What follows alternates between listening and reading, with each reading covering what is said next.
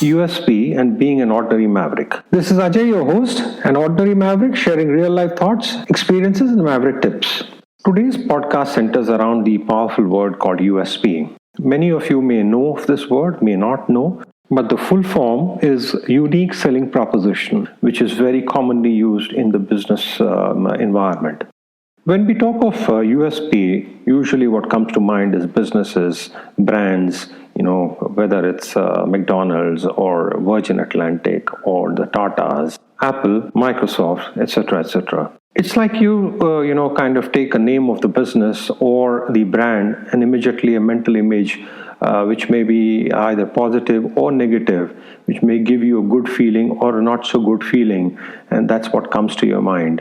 And essentially you react accordingly. You either support the business or the brand or you do not. You kind of form first impressions, and this is the basis on how the trust in a brand and business has been built over the years. Plus, it also represents, who is running the business or who is the owner of the business. Today, I'm going to give you a different take on USP. You may ask, so what does having an USP have to do with individuals? Well, think about it. When we are comfortable with ourselves and go with our gut and are true to our inner selves, we exhibit that unique brand of confidence that's just you. And that's it. That's exactly what I mean by having an USP as an individual.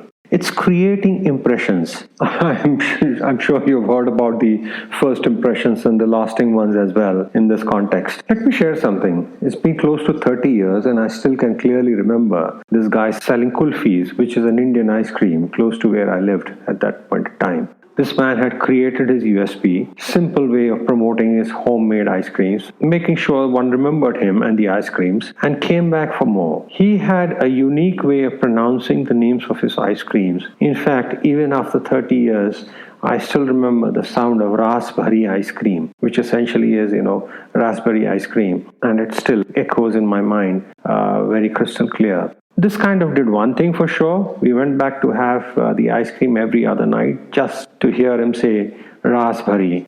And of course, his business continued to do great as well. Looking around us, we see similar examples of the brands that I narrated earlier, all with very strong USPs. And this pulls in customers, helps the brand grow. One uses these brands for the experience, as while using these products, you kind of, get this same stand-apart feeling and the daredevil attitude or a one-of-a-kind trailblazer attitude. It's amazing how just the USP of a business and product is so powerful that once created, it goes deep and stays. And in that vein, there is the USP of a family. Yes, you heard it right, a family. And that's what makes one stand out. It also binds you in more strongly with that family connection. Now, we spoke about USP, meaning the unique selling proposition, but what if we turned it around and instead saw it as the unique solution to problems, and we fall forward? Remember the Maverick formula. How do we use our USP, which is unique solution to problems, as a family and always move ahead? I see USP as a strong link with being resilient as a family. Let me share another story. You will recall that in one of my episodes, that we have kind of moved almost 19 times, and I mean moved continents, cities, etc. Each time we packed our shipment, which was a 20 to 40 feet container, there was this risk that we may not see it again. Small risk, but yes, risk there was. Till date, we have been very lucky and most of our stuff has reached fine, traveling across the seas or the air. We have, a friend in South Africa who had a very different experience. He was moving to another country with his family and they packed up their entire house, decades worth of things and memories, and checked into a hotel for the night before their final departure, which was a flight scheduled for the next day. In the hotel room at night, they were watching the news live at about 9 p.m. Suddenly, the news anchor comes with a breaking news and speaks of a terrible tragedy. A fire had engulfed couple of buildings a few blocks away. Luckily, no lives were lost, but the building was destroyed. Like it often happens, my friend and his family spoke briefly about the fire, felt sorry for a few minutes, and then moved on. The next morning, they received a call from the shipping company The building that burned down was their warehouse, and that's where my friend's shipment was taken for hold before leaving the country in the next few days. The entire shipment was gone, burnt to ashes. My friend was in shock, the family was in shock. Imagine having your entire house, everything go up in smoke. I still recall the resilience with which my friend and his family bounced back. They mourned the loss, put a closure, and then moved on. My friend said, Ajay, we suddenly realized we can buy everything new. I don't really have to care about that crazy sofa or, something that has been in my house forever just because it has to be there. You know how you sometimes just have the stuff that you don't even remember in the first place, why you got it or why it's there. And it's just kind of there. Well, it was a fresh start for the family and they embraced it and moved on. One can either remain stuck in the past or one can focus on the future and move on. Now that's USP, unique solution to problems. One takes time to acknowledge and embrace the problem, but then one obviously finds a solution, and that's basically moving forward. That reminds me, of something.